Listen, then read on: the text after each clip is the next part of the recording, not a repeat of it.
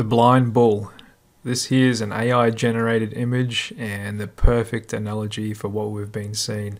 Still got the SP 500 over 200 points higher since news of Silicon Valley Bank broke with the government taking it over. And this stock market just seems to ignore all the signs of an upcoming recession. But how much longer can that last? That's what we're going to get into today. Welcome back to Click Capital, everyone, your go-to channel for the latest market data analysis and charts. My name's Jared and I'm going to take you through everything today. So today it was mostly red out there. We saw industrials come off hard.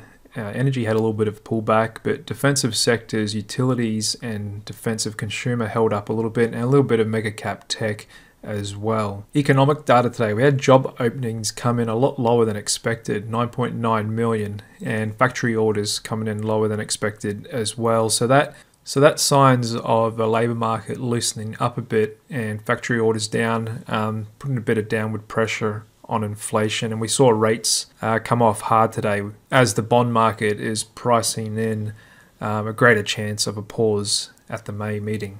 And with that lower rates, we saw tech hold up a bit better and gold perform really well today. Fear and greed pulled back a bit today, 10 points lower right in the middle here, and there's a few more puts being bought out there today. And we can see that with the most traded options, the percentage of calls is definitely lower there today. And we got AMC off 23% and C3AI off 26%, which I'll get into a bit later on the video.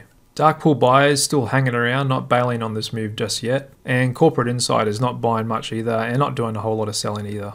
So with that weaker jobs market data, we saw the probability jump significantly from yesterday 40% to today 55% chance the Fed is going to pause on May 3.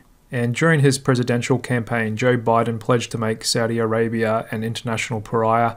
Looks like his wishes have come true because now they've gone from a more closer alliance with America to Russia and China, and agreeing to cut oil by 1.1 million barrels a day for the rest of the year, which is going to help Putin and his war by filling his coffers with more profits from selling oil.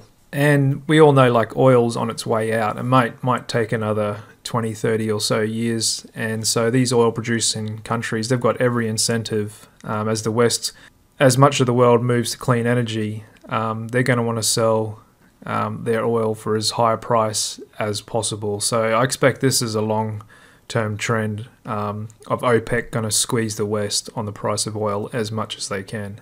And they know inflation hurts us as well, and our governments, and trying to achieve all their policy objectives. So hopefully this non-Western alliance doesn't keep on growing, otherwise it's going to keep putting the squeeze on us for energy costs at least. JP Morgan warns stocks are in a calm before the storm. So they said the Fed indicated no intention to cut interest rates this year, yet risk assets are exhibiting an unprecedented rally. European stocks trading all-time highs, US stocks recovering losses. They expect a reversal in risk sentiment and the market retesting last year's lows over the coming months.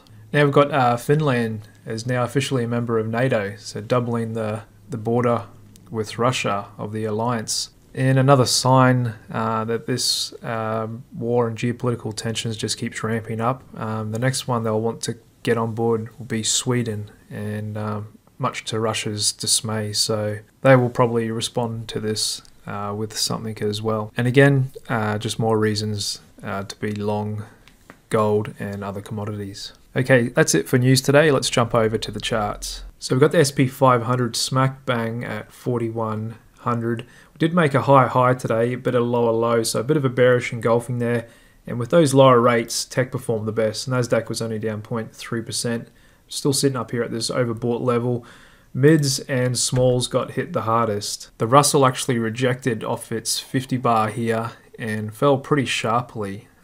So that even though we've got the other indices above their 50, this is not a good sign for the overall market with the Russell looking to make a bit of a bearish formation here. Over to internationals, Canada still above its 50, FTSE kind of rejected as well like the Russell. The DAX made a little bit of an inverted hammer here, right at its resistance level. The Nikkei kind of a little bit the same. Aussie and China just kind of consolidating around there. Saw a little pop up in volatility today, but Much the same across the curve, so it wasn't too much of a jump right at the front. So the market's still not worried here. We've still got a VIX curve in contango. Saw that bond market volatility jump here today, 147 on the move index. And the move premium over VIX is still really elevated up here. And put call ratios jumped today, so there's a few more puts being bought out there. And breadth came off a bit hard today, and it looks like it might have turned here. So 77% of stocks above this 20-day average, and this is typically a level where we see overbought and short-term tops. And still got 53% of stocks above their 200-day. So the market's still kind of in middle ground here. Not really a bull market, it's not really a bear market, and the sideways action kind of frustrates everyone. Over to the spreads. Came down a bit today, so here's gross cyclical versus defensive. That kind of turned a bit. Equal weight still under pressure. High beta stocks still trading weak versus low volatility. Growth, that's NASDAQ managed to hold on today with that lower rates. And smalls still under a lot of pressure. Actually found new lows today against bigs. Nice pop up in gold today. And internationals as well. Still trading strong relative to the US. The yield curve perking back up. Bit of risk coming out of bonds too, is the high yield versus treasuries. And the 2-year getting weak, and look at the 10-year. We've been watching this 340 level, just kind of cut through that today, and we're sitting right down here at 334.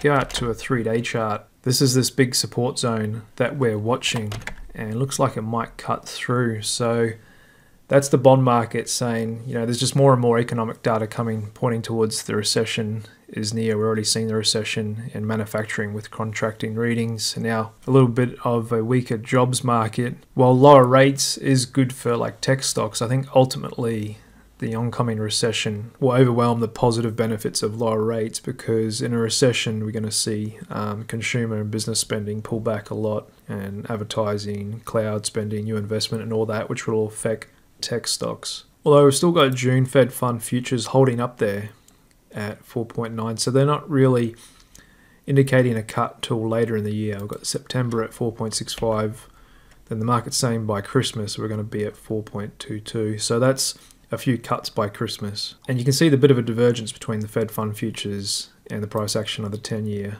and 2-year. It's kind of a lot more weaker than what the market's going to be saying where interest rates are going to be. And with that move low in rates, we saw treasuries hold on there. Some good price action. High yield came off a little bit, but not too much. Still holding up here, well above its 50. Over to currencies, more weaker action in the dollar. Now coming down into this support zone. Let's go out to a 3-day chart. This is the level that has bounced back here in late January. And the dollar's under pressure. Lower rates, the non-Western alliance ganging up to get off the dollar. And if we go out to a weekly chart, this uptrend could be finished, and we may be in the start of a new downtrend with the first wave, second wave complete.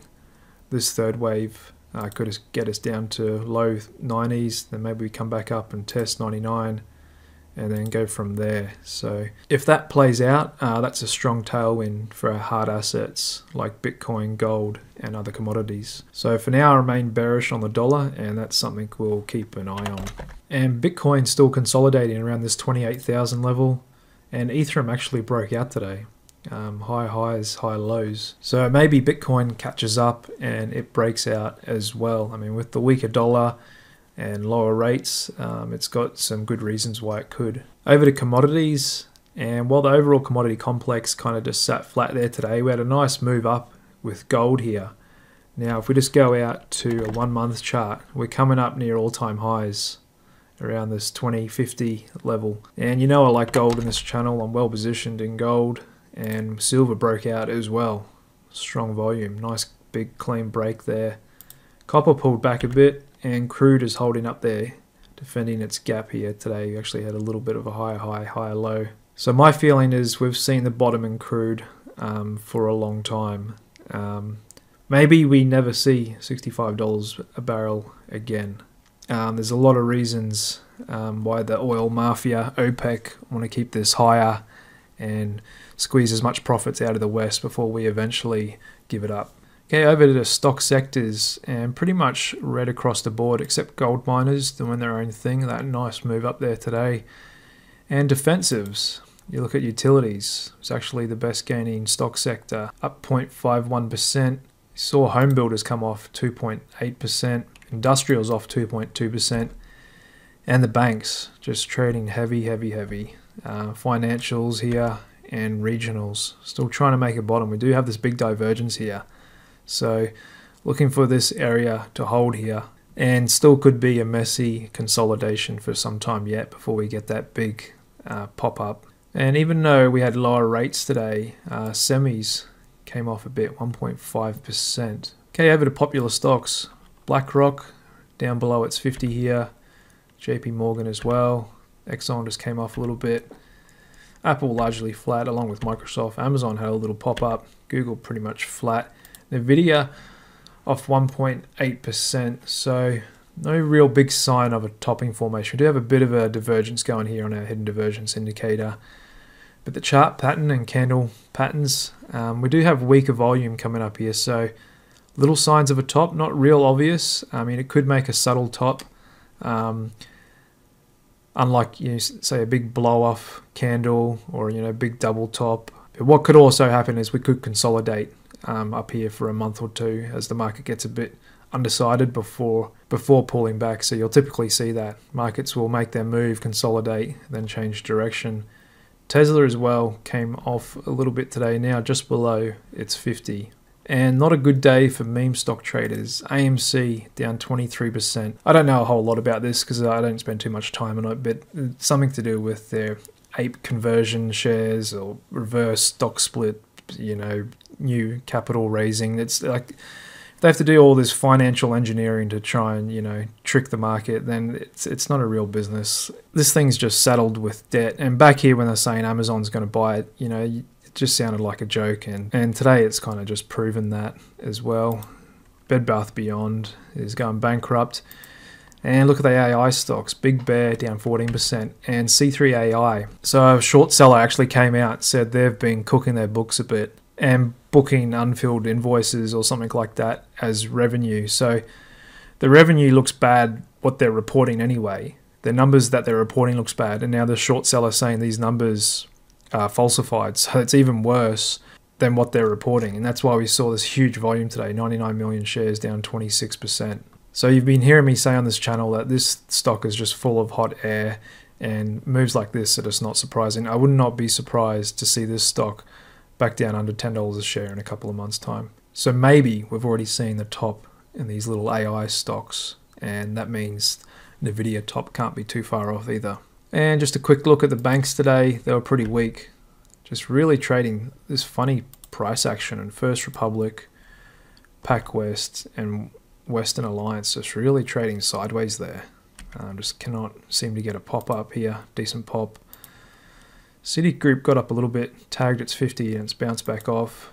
But Wells and Schwab, look at that, Schwab just coming down there today, lower lows. Just cannot find a bottom here. So the slide is still on in the banks, not out of the clear yet by a long way. Okay, so that's the bit of an overall look at the market here today. Did a little bit of a turn here. We are in those overbought levels. We did see the fair and greed get into the greed levels. Not really that stretched up here. The Qs are a little bit more up so here, and we're just seeing smalls really turn today. So that's kind of bearish price action. But again, look at the range strength. The market is trading really thick. So I'd be surprised to see a clean break above 42 on the SP500. I imagine we're just kind of go into a bit more of a consolidated mess like here. Maybe form a double top, then we can come off from there. But we've got more jobs data out on Friday, so if that's weaker, I think the market will sell off more along with rates, and then tech may hold up a little better with that. So for now, I'm still market neutral, and we'll just play it day by day. That's all I got for you today. Thanks very much for tuning in. See you again tomorrow.